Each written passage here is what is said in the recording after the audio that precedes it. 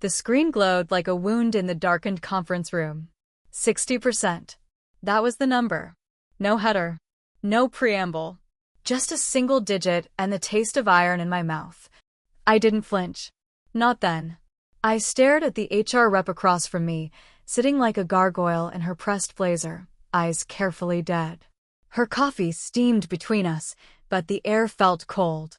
Everything about that windowless sub-level felt surgical. Metal chairs, static in the air, no clocks. "I'll need 24 hours to consider this offer," I said, voice smooth as broken glass. She nodded like we were discussing carpet samples. I didn't cry there. No, the breakdown came later, in the lowest level of a rusting parking structure, engine off, my breath fogging up the windshield as I screamed into my own hands. Mascara streaked, lungs aching, shoulders shaking like I'd just run from a fire. I sat there for 45 minutes, parked next to a concrete pillar tagged with a bleeding red smiley face. They offered me 60% of my salary to stay. 60. After 9 years. Sorry. I should back up. I'm Karen Catliers. Ellie, if names still matter. 36. Single mom. My son Christopher is 10 and the reason I breathe. Until this morning, I was director of client solutions at Merrick Technologies. Or at least, I thought I was. If you're watching this, hit subscribe or leave a comment, I guess. Let me know where you're from. I need proof that I'm not alone in this, that someone else has sat through the slow erosion of their self-worth, minute by corporate minute. 3 years ago, I walked into Merrick as employee number 21. Back then, we were a half-lit fever dream in a retooled slaughterhouse by the docks. We believed we were building something that would outlast us. Ping-pong tables. Cold brew kegs. The whole startup gospel. You laugh until it's your gospel. I clawed my way up. From client manager to director. Built the top 10 accounts from dust and charm. Knew the names of their kids, their dogs, their allergies. I bled for those relationships. When Christopher's dad walked out, muttering about energy flow and some yoga instructor named Sky, my clients were the only steady pulse in the chaos. They weren't just accounts. They were insurance. By year 5, I had a team of 8. Equity. A salary that could handle the mortgage, the asthma meds, and sometimes even a weekend away. For the first time since the divorce, I could actually exhale without flinching. Then came the merger. Or, as Daniel called it on that plywood stage in the cafeteria, a bold new future. He wore sneakers and a blazer, still trying to look scrappy even as he sold us for parts. I remember watching him avoid our eyes, smiling just a little too much. Found out later he walked away with $3 million. Clean. Fully vested. The rest of us? We were thrown into a fresh vesting schedule. For more years to chase what we'd already earned. At first, things just got gray. New signatures. More alignment meetings. But the storm came quick. Redundancy reviews. Whispers in the stairwells. One Monday, Steve was there. Tuesday? His desk was a ghost. No goodbye. Just silence. I kept my head down. Bit my tongue until it bled. My team shrank to 3. Workload doubled. I answered emails in the shower, on the toilet, during Christopher's bedtime stories. Sometimes I'd catch him staring at me, not angry, just confused. Like he didn't recognize the shape of his own mother anymore. And I told myself to hold out just a little longer. Because we always think loyalty is a shield.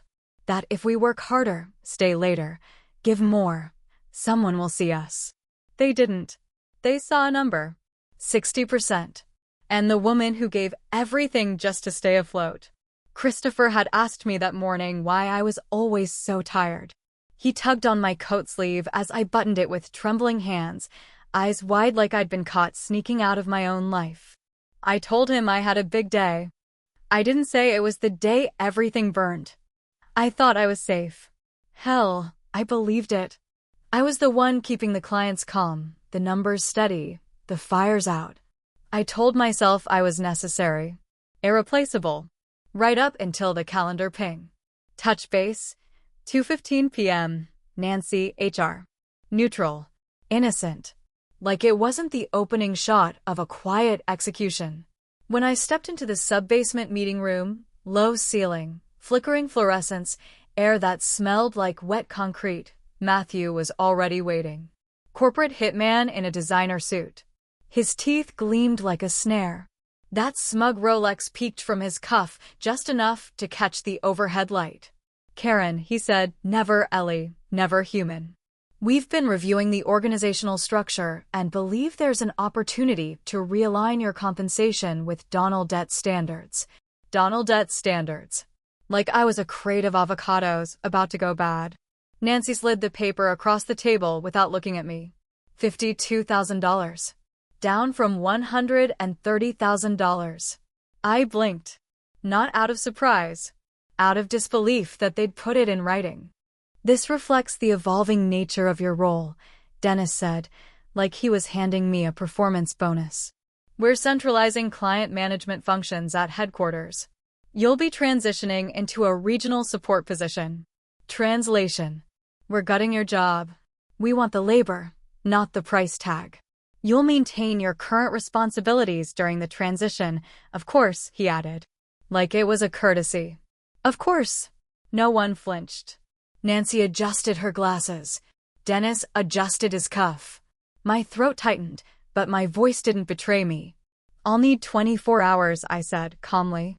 Happy to discuss the transition plan and reporting chain before I sign anything. Dennis smiled. That corporate, dead-eyed smile. Nancy looked relieved. No scene. No emotion. They didn't know I was already 1,000 miles away in my head, trying to figure out how to tell my son we might lose our home. I don't remember getting back to my desk. I don't remember logging out. I remember the dim light of the stairwell, the weight of my laptop in my bag, the steel door hissing shut behind me like a vault. And I remember the phone ringing just as I sat down in my car. Lisa, my old teammate. Gone 6 months. Smart. Scarred. Unapologetic. I almost didn't pick up. But something in me cracked open. Hey, stranger, I said, trying not to sound like I'd just been handed a death sentence. Ellie, she breathed, urgent. Have you checked LinkedIn? I've been trying to reach you. No, I said. It's been a week. Listen, she said. I'm at Nexus now. My pulse kicked up. Nexus, Marteka's biggest rival. My boss has been asking about you. They need someone who knows the terrain. Knows the clients. He's been watching how things are unraveling at Merrick. We think you'd be perfect. I stared out through the cracked windshield at the building looming above me, our old logo, now replaced with that cold, sterile Martek insignia. The symbol of what we used to be. The place that had erased me with a spreadsheet. I thought about Dennis. His Rolex. His script. I thought about Daniel. $3 million richer and probably shirtless on a beach in Malibu. And I thought about Christopher. Sleeping alone. Again. Actually, I said. Tonight's perfect. That night, the air in my apartment was stale and too quiet. I paid the sitter, kissed Christopher's forehead. He was already dreaming, lips parted, still clutching the inhaler I'd tucked under his pillow. I sat at the kitchen table in the glow of my laptop, hands tight on the trackpad like it might bite. I pulled up my contract. Scanned every line. No non-compete clause. Too small a company, too optimistic, too trusting when I signed. And Martek? They hadn't bothered reissuing contracts for us old hires. Their mistake. At 9:30 p.m., I called Lisa back. Can you get me a meeting with your boss? I asked. Tomorrow morning, she said, tone cautious. Are you really considering jumping? I stared out the rain-blurred window, past the flicker of neon signs and rusting fire escapes. They made the first move, I said. I'm just responding in kind. The office was quiet, too quiet for the kind of meeting that could rewrite my life. Karen didn't offer a handshake. Just a steady look across the black marble table, the skyline behind him etched in fog. We were 30 floors up, suspended in glass and tension. We've tried to bring you in before, he said, tapping a folder against the table like a warning. You stayed loyal. Admirable, but misplaced. Martech doesn't deserve what you gave them. And now, we're prepared to show you what you're actually worth. He slid the folder to me like it was a loaded weapon. Inside. Title: Director of Strategic Partnerships. Base: $165,000. 25% bonus. Full health, pediatric coverage included. Stock options. $20,000 sign-on, conditional on 14-day start. It wasn't just generous. It was surgical. Precise. Designed to hit every nerve I'd tried to silence for months. I stared, but the sentence died in my throat. Fair compensation, Karen said.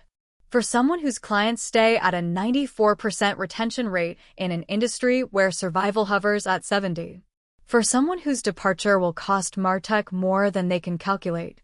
I looked up. His expression didn't waver. No charm. Just clarity. You're not a name on an org chart, Karen. You're a business advantage. One they buried behind synergy, slides, and boilerplate HR speak. Something behind my ribs shifted. Something rusted. All the years I swallowed frustration. All the nights I bit back brilliance. All the promotions I trained other people into. I had never been invisible, I had just been convenient. Lisa cleared her throat. She looked uncomfortable. There's something else. Tell her, Cam. Karen's jaw flexed. We've heard that Martech plans to move all client-facing roles overseas by Q1. Quietly. No severance, no press. Just replacement. I froze. What? Their VP of Ops, Steven, did the same thing at Teledyne. 3 years ago. Cut salaries first. Then cut people. It's a bloodless method. Push everyone out before anyone sues. 8 months. They weren't restructuring me. They were erasing me. Just slowly enough to feel civilized. I exhaled. My son's school lets out at 3, I said quietly. But I can head back with you now. I want to see the floor. I want to meet your team. Karen gave a single nod. You'll like them. They actually listen when a woman speaks. 3 hours later, I walked back into Martech Regional Office 8. She's echoing down the antiseptic hallway like footsteps in a morgue. I had a signed offer in my bag. And a storm in my head. Matthew was already in the conference room, staring at his watch like he billed for minutes he didn't earn. Nancy sat beside him with my personnel file opened like a menu she wasn't hungry for. Karen, Dennis said without looking up. Let's get this over with. Have you made your decision? I sat across from him. Unhurried. Hands folded. I have questions, I said. Dennis sighed. We don't have time for back and forth. You're either in or out. I manage our top 10 accounts, I said. Westfield is onboarding next month. Alder is due for renewal. Who's taking over? We'll handle that internally, he said. That's not your concern anymore. No, it is. Because Kimberly at Westfield was promised my direct oversight. And Alder's CTO asked for me by name. Dennis leaned back. Let me be clear. Those are company clients. Not yours. You don't own them. I smiled, slow and dangerous. Then why, I asked, do they only answer my calls? Nancy looked up, startled. Dennis said nothing. Why do you think your client churn doubled during my maternity leave? Why do your Q2 projections plummet every time I take PTO? You think loyalty is about contracts. But it isn't. It's personal. Silence. You thought you could strip my title, gut my pay, and I'd still keep the house from burning down. I leaned forward. You didn't just miscalculate me. You underestimated what I know. And who's listening? Dennis opened his mouth, maybe to threaten me, maybe to grovel, but I was already standing. I'll have my formal resignation on your desk by morning, I said. Enjoy explaining that to Kimberly and Donald. I walked out without looking back. I didn't sit down. I stood just inside the glass-walled conference room, arms crossed, the door still ajar behind me like an open threat. Dennis glanced up from his laptop, clearly annoyed at the breach of corporate etiquette. Nancy was already seated, spine too straight, hands folded like a student called into the principal's office. I didn't speak right away. I let the silence stretch, just long enough to be uncomfortable. Just long enough for Dennis to look up again. Is it true? I asked. He blinked. I'm sorry. You're moving client services offshore in 8 months. Nancy flinched.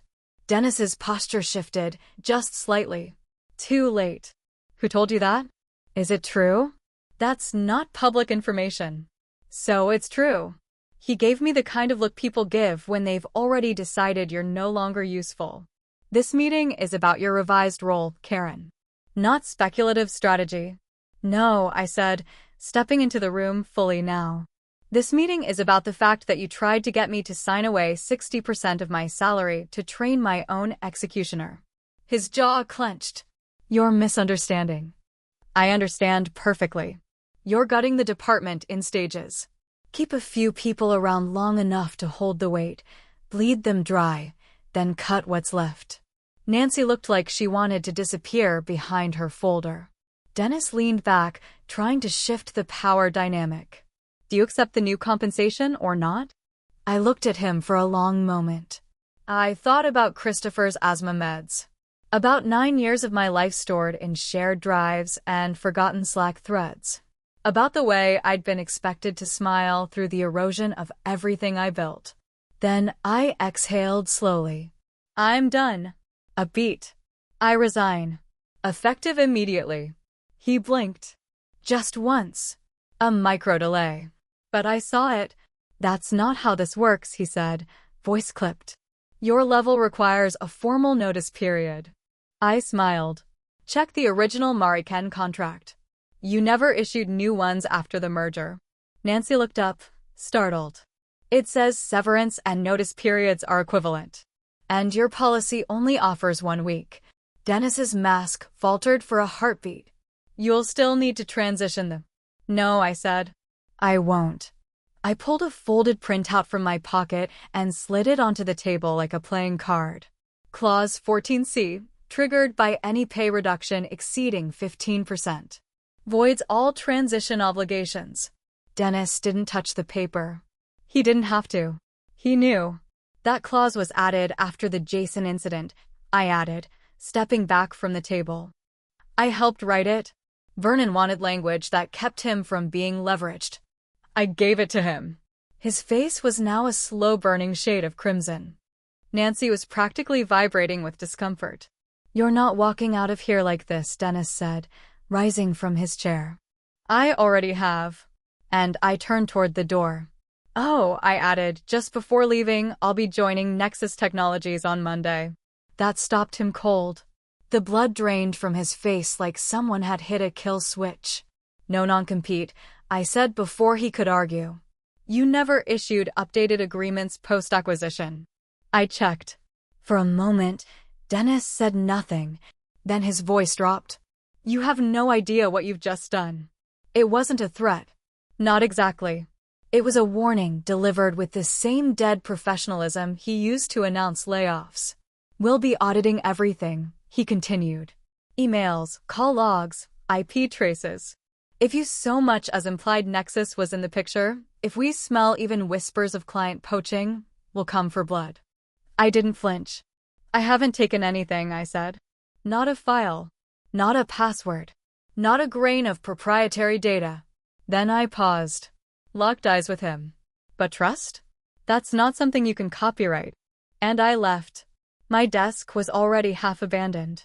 The air around it had that particular scent of things ending, paper, burnt coffee, and fear. Emily stood up when I approached. Paul, too. Deborah was already crying softly, even though she pretended she wasn't. Is it true? Emily asked. You're gone. I nodded. I'm out. Paul looked stricken. What are we supposed to do? I leaned in. Voice low. Eyes sharp. Check your inbox in an hour. No one asked why. They already knew. This place wasn't going to save anyone. It was just waiting to watch them drown. I packed in minutes. Christopher's inhaler. The cracked mug. One framed photo. Everything else could rot. Security was already on its way. Nancy must V hit the panic button the second I left the room. Company protocol. High-level departures are a flight risk. Let them think I was dangerous. Let them be right. I didn't cry. Not once. I carried my box past the glass doors like it was a crown. Got in my car. Closed the door. And made 3 calls. First, Karen. He picked up on the first ring. I walked, I said. They didn't see it coming. A pause. Perfect, he said. Karen didn't ask questions. Just said, we'll have legal on standby. You're covered. The line went dead. Call 2 was personal. Not strategic. I debated it for a full minute before dialing. Daniel. Ex-visionary. Ex-leader. Ex-human being for all I cared. He picked up on the 4th ring. I could hear wind. Waves. Someone laughing in the background. Ellie, he said, like my name had dust on it. What's going on? What's going on, I said coolly, is that your beloved acquisition just offered me 40% of my original salary. I quit. I'm at Nexus now. Silence. Just the hush of paradise on his end, and the burn of my apartment lamp on mine. That wasn't supposed to happen, he said finally, voice low. That wasn't. But it did, I cut in. And now they're sniffing around, talking lawsuits. Wanting to punish me for leaving. Christ. No non-compete, Vernon. Because you told us we didn't need one. Remember? If they want to leave, we probably deserve it. You said that like it meant something. I could hear his regret turn real. What do you want from me?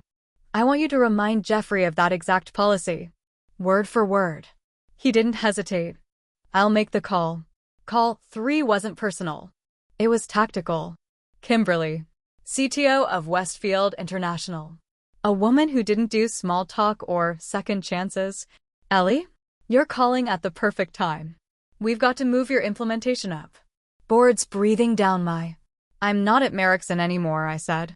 Silence. Then. You're what? I left this morning. Pause. The sound of rapid clicking. She was already pulling up her inbox. Where'd you go? Nexus. Karen Reed's shop. Is this because of the buyout? It is. They reassigned me. No warning. No replacement. Jesus. Another pause. Then, blunt as a hammer. Did they think we wouldn't find out? I don't know what they thought. But I know they didn't care. You were written into our contract. You're the only reason the board didn't pull this project last quarter. This is critical. I know. Send me your Nexus contact. Now. We're not waiting for some junior associate to screw this up. I sent it before she hung up. Her message was already in my inbox by the time I put down the phone. And then the flood began. 14 texts.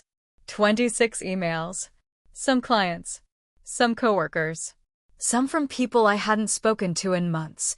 But one thread repeated, in slightly different words. If you're leaving, we're reevaluating. When I picked up Christopher from school, he was already waiting at the curb, a plastic rocket in one hand, half a granola bar in the other. His eyes lit up. It's not Friday. You're early. Yeah, I said, I left my job. He frowned. The one that made you tired all the time? I nodded. Good, he said instantly. They didn't deserve you. I almost laughed. Or cried. Maybe both. I got a new one, I said. Better hours. Better pay. Better insurance. Will you come to the science fair next month? I'll be in the front row. With embarrassing signs. He grinned and unwrapped the rest of his granola bar like it was a celebration. That night, the call came just after 10. Unknown number. I answered on instinct. Miss Catliers? Yes. This is Jeffrey. The name hit like a cold wave down my spine. I understand there's been a disruption. I said nothing. Vernon called me. He's unhappy. So are several clients. Kimberly. Donald. They've expressed concerns. Still, I didn't speak. I'd learned long ago that silence unnerves men used to owning every room they enter. Are you encouraging clients to follow you to Nexus? He asked at last. No, I said evenly. I'm informing them that I'm no longer with Merrickson. What they choose to do with that information isn't mine to control. A pause. You've disrupted a delicate balance, he said, voice tight. And I don't appreciate being caught off guard. I don't appreciate being treated like a disposable asset, I said. We all have our burdens. Another silence. This one longer. Sharper. You're playing a dangerous game, Ms. Catliers. No, I said. I'm playing the game you created. Then I hung up. Matthew has a different version of events. Of course he does. I didn't roll my eyes. I didn't sigh. I simply said, Matthew offered me a 60% pay cut with no reduction in workload, deliberately withheld that my job was being phased out, and threatened legal action when I refused to accept being erased. A pause crackled through the line. The kind of silence that costs money. Jeffrey cleared his throat. For the record, the pay cut and outsourcing decision weren't authorized by me or the executive team. And yet, I said evenly, they were set in motion. Another pause. Longer. Measured. What would it take, he asked finally, to bring you back? The audacity nearly made me laugh, but I didn't. I wanted him to feel the weight of the question he'd just asked. You can't be serious. I am. Westfield and Alder are wobbling. If they walk, we lose visibility, and we lose Donald debt confidence. Our analysts estimate a 7% hit to revenue. You returning would stabilize that. So now I had value. Not when I was working 70-hour weeks. Not when I was holding the client pipeline together with duct tape and charm. Not when I was sacrificing birthdays and bedtimes and my own health. Only now. Now that I'd made myself expensive to lose. You're not offering me a return, I said. You're offering yourself a parachute. We're prepared to match Nexus's offer, he said. Plus a substantial bonus to acknowledge the inconvenience. Inconvenience, I repeated. You mean the part where I was discarded like a broken office chair? It's business, Ms. Catliers. And I'm trying to fix this. No, I said quietly. You're trying to patch a hole in your bottom line. That's not the same thing. Another pause. Sharper now. Then what do you want? I let the question hang there, letting it echo in my own chest. What did I want? I wanted a decade of my life back. I wanted to not feel like I'd missed my son growing up. I wanted someone to admit they'd broken something that mattered. But this man didn't traffic in humanity. Only leverage. So I told him the one thing he might understand. I want you to stop pretending this was a misunderstanding. It wasn't. You empowered people who saw humans as line items. I was one of them. Silence. I want you to look at your org chart and see the carnage behind the PowerPoints. I want you to ask yourself if Matthew's efficiency is worth the exodus that's coming. That's what I want. That's it, he said, confused. That's all. No, I said. One more thing. Stop trying to intimidate me. I didn't break the law. I didn't steal clients. I didn't take files. I took myself. He exhaled slowly. Fine. No lawsuit. You have my word. I believed him, surprisingly. Because by now he understood the cost. And the office? I asked. I'm flying in next week. I want to see it with my own eyes. 3 days later, I stepped through the glass doors of Nexus. Not into a cubicle. Not into a fishbowl open-plan cage. Into a real office with a view, a door, and autonomy. Karen met me at the elevator with a grin. You ready to build something worth staying for? Let's make it better than that, I said. Let's make it worth fighting for. Emily and Paul joined within a week. No big announcement.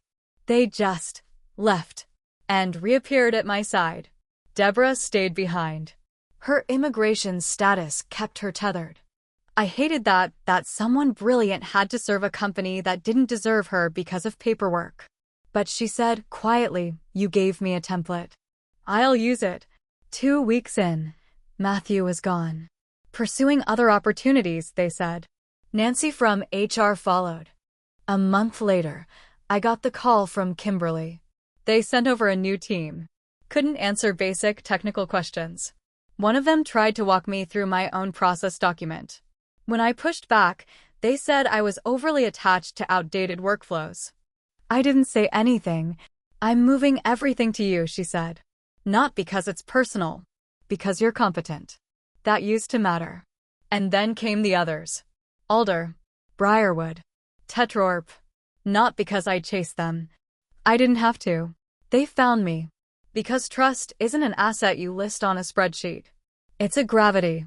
It pulls when it's real. And when it disappears, people feel the void. 6 months later, I was overseeing 5 of my former 10 accounts at my new company. No lawsuit.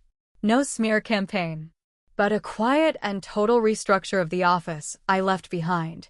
The offshoring plan? Gone. Salaries adjusted. Retention policy rewritten. Training budgets increased. Too late. Too late for me. Too late for the people who'd already bled out. Now, it's been 3 years.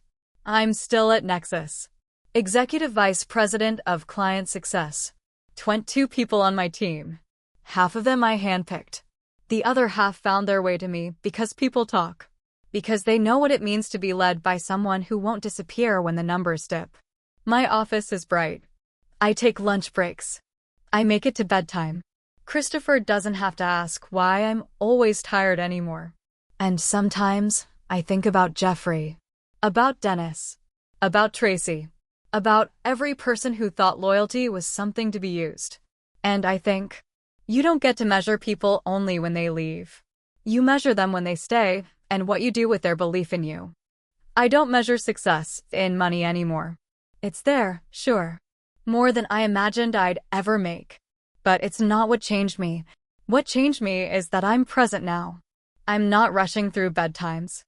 I don't fall asleep with my laptop burning a hole in my legs.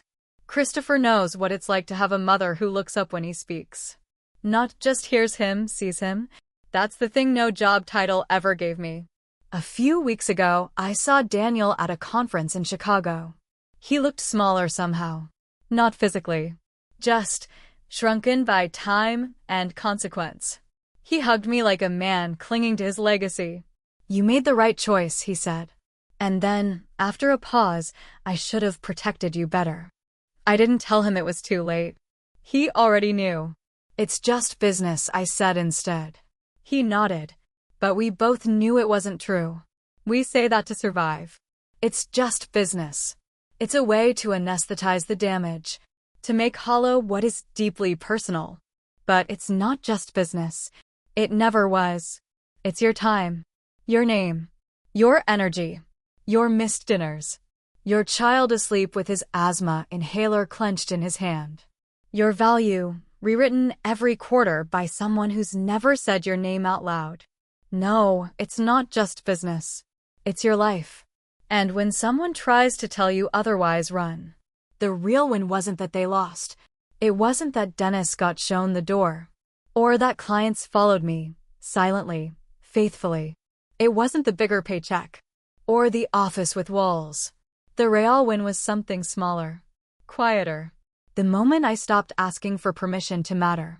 The moment I stopped waiting for someone to name my value. And named it myself. That's the part no one tells you. The most radical thing you can do in a system built to ignore you is walk away anyway. Not with a bang. Not to prove a point. But because you finally believe you don't need to stay. Sometimes I replay that moment in the glass box of a conference room. The fluorescent hum, the paper sliding across the table. Tracy's silence. Dennis's confidence. They thought I was stuck. That I had no power. But here's what I've learned. Power doesn't always roar.